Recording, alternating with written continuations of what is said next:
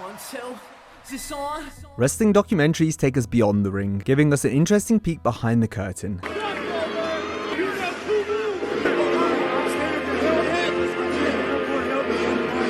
Witnessing talent out of character means real emotions, hence why we might see them get mad and upset as the cameras are rolling backstage. Well, like, don't fucking cut me off, let me get mad. You know what I mean? Like, I don't understand what we're supposed to do here. For this video, we'll be highlighting those moments where talent were unhappy in these behind-the-scenes documentaries. The one thing that worried me the most is how Randy was with the fans during that time. He was very vicious. You don't have to grab me. Sorry. As we list 10 wrestlers who got angry for real backstage. I had to leave. I know you did. I know you did. I wanted to choke the out of him. We've seen Vince McMahon get mad during numerous unscripted shows over the years. WWE's own documentaries rarely depicted him in such light, besides a few select examples. Kurt Angle's 2017 Homecoming, which aired as part of WWE 24, shows Kurt's first face-to-face meeting with Vince since Angle left in 2006. Upon greeting Kurt, the chairman immediately waves off the camera crew in rude fashion. They just wanted to capture that very first interaction, but McMahon wanted his entire meeting with Angle to be private. How are you, man? How you doing, man? Good to see you. Good to see you. Out. Okay. And I remember walking in, and I had a microphone on, and Vince said, "Take that off." We're talking privately. The same year, cameras caught Vince giving Kevin Owens the cold shoulder after the boss was furious with Kevin's WrestleMania 33 match with Chris Jericho. McMahon later called it the worst Mania match in history because of KO's performance. Everybody shows up at WrestleMania hoping to steal the show. It just didn't come out the way I thought it would. How do you feel? I don't want to talk right now. The chairman wouldn't engage with Owens afterwards. Perhaps realizing he was being filmed, Vince kept his anger under control. That being said, you can tell the boss was ticked off as he sat there sulking, not wanting to interact with Kevin. But this was completely unexpected. Vince did not like the match. It wasn't what he was looking for. He wasn't happy about it at all. Randy Orton was sent to anger management classes in 2006, during a time where he was also struggling with substance issues. Orton was difficult to be around throughout this period. His Evolution of Predator DVD and A&E Legends biography highlighted the troubles Randy was going through back then. We can see Randy getting restless during interview shoots, while also acting uneasy around fans. Seriously, go. You can rest. Seriously, go. Orton puts this down to a lack of maturity and experience, believing he wasn't ready to be in the position he was in. I would get very upset with people very quickly. Soon? How long do I gotta sit here? Seriously? The one thing that worried me the most is how Randy was with the fans during that time. He was very vicious. You don't have to grab me. Sorry. Orton eventually became a fan-friendly wrestler. His initial interactions with them didn't affect his success in the long run. The same can't be said for Lex Luger. When it came to his relationship with the fans, Lex's lack of engagement and disinterest is one of the reasons WWF ultimately pulled the plug on his push as a top guy. This was highlighted in his A&E bio. In it, we see how irritable and annoyed Luger was on the Lex Express tour in the summer of '93. This stuff, we can't have these days like this, man. We gotta have time to do this. The main point of contention was how he treated people during meet and greets. You're the franchise of the 90s, buddy. I don't know about that. He wants to know what it felt like to lift 550 pounds.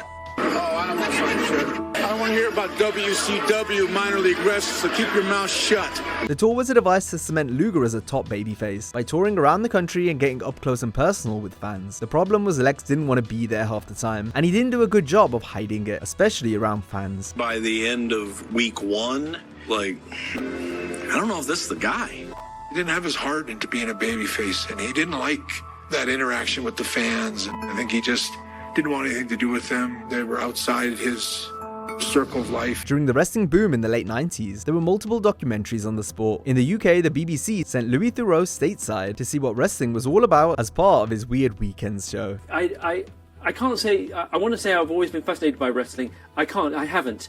I did watch a bit of wrestling in the 70s. He was given behind-the-scenes access at a 1999 WCW Monday Nitro. Here, Theroux tried to wrap his head around how everything worked. Louis knew he was going to pay a trip to the WCW power plant the next week, so he had a chat with head trainer Sergeant Buddy Lee Parker. However, Theroux caught Parker at the wrong time, since he was busy taking down the ring after the show. Not only that, but Louis' line of questioning didn't sit right with Sarge, who was as old school as they come. One thing I still don't totally understand is to what extent they know what's going to happen in the ring when they come out into the ring. Do you know what I mean? No, I don't. Well, in other words, I understand like there's an enormous amount of athletic and acrobatic ability and tremendous strength and that type of thing. But as far as what goes on in the ring itself, yeah, how does that work?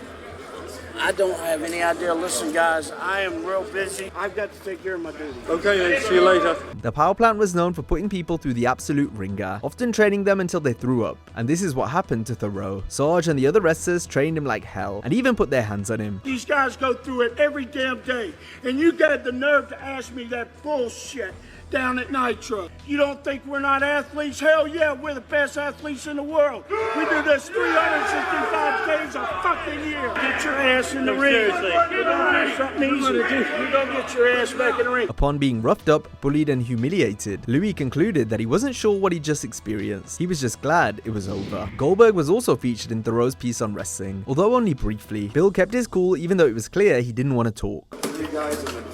Goldberg, and I understand you're basically, you could say, the top wrestler in the country. The same was true when cameras followed Goldberg during his WWE return in 2016. The doc was filmed for the network and depicted a few moments where Bill was unhappy, including off-the-air footage from his first run with the company.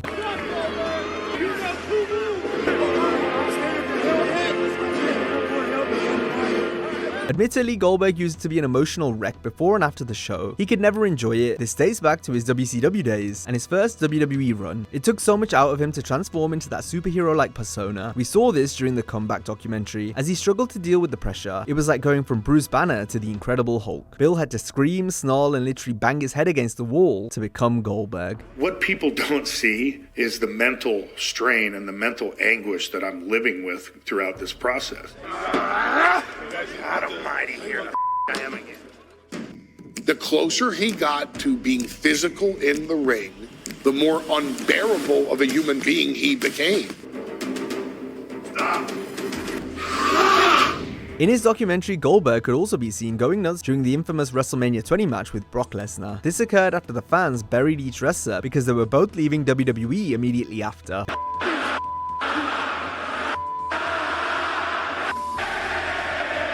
A year earlier, WrestleMania 19 ended in disarray, despite a fantastic main event. During the finish, Brock landed on his head, trying to hit a shooting star press. Brock suffered a head injury as cameras followed the aftermath backstage. I didn't know what was going on.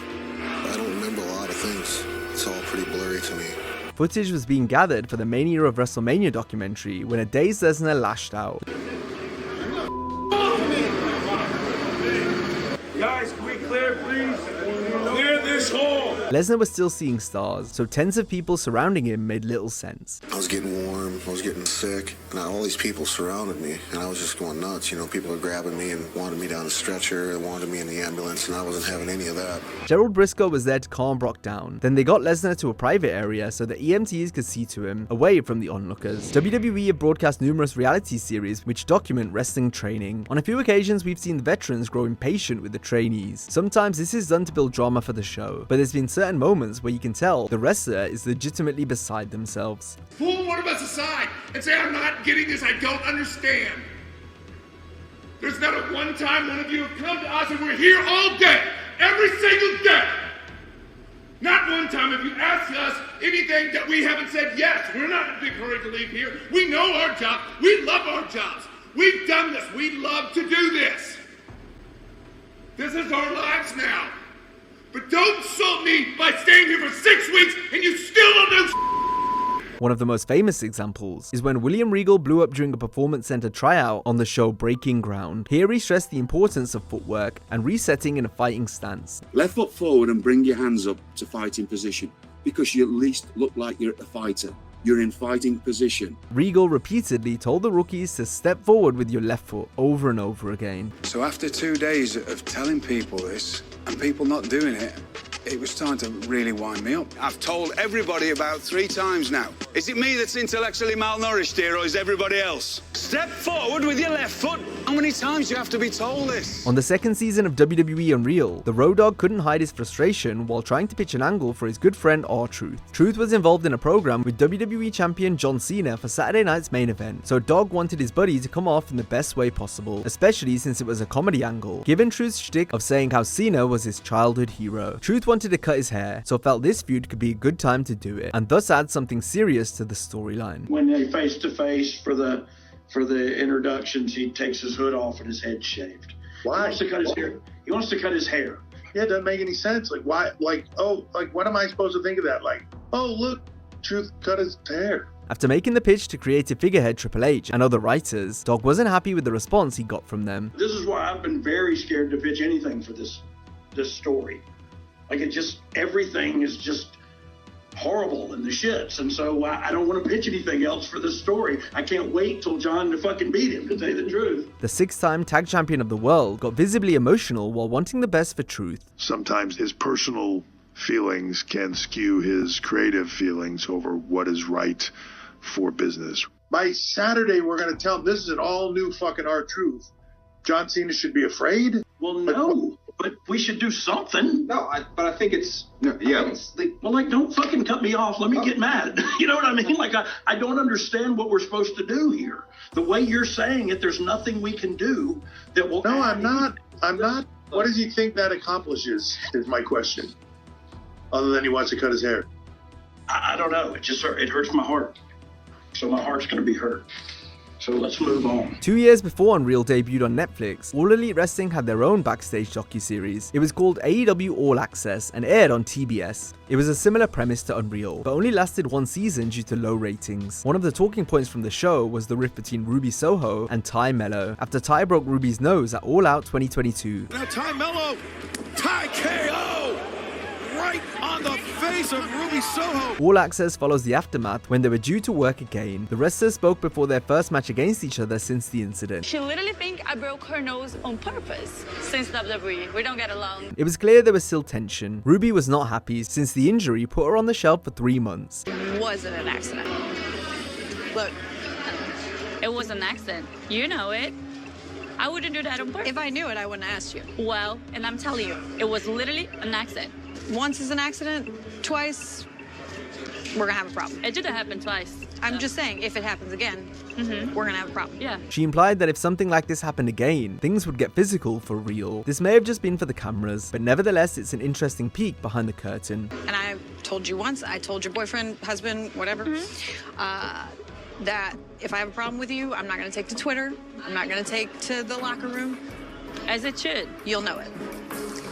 WWE's Most Wanted Treasures program sought to reclaim many classic pieces of memorabilia and ring gear that collectors had got a hold of. The company gave the wrestlers a budget and a list of items they wanted to get back. These artifacts would then be displayed at WrestleMania Fan Access. One of the episodes saw Big Show and Mark Henry hunt for the original mask of the Giant Machine, aka Andre the Giant. Former WCW personality Sonny Ono was in possession of the mask, but instead of listening to the WWE's offer like was the protocol for the show, Sonny said they'd have to take part in an online auction there and then with other potential buyers. This infuriated Mark, Show, and the host AJ Francis, aka Top Dollar. Yeah, we'll do some kind of auction. So Sonny Ono has nothing to do with the Giant Machine mask.